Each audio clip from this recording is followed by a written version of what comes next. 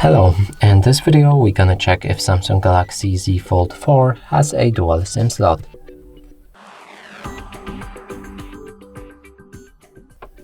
So in order to do this, now let's check where the SIM slot might be, and it's right here on the right side of the device. Take the needle that should be included in a box and stick it in this gap right here. Now use a bit of the force to open it. Take it out. And there's SIM 1 and there's SIM 2. So that would mean this device has a dual SIM slot.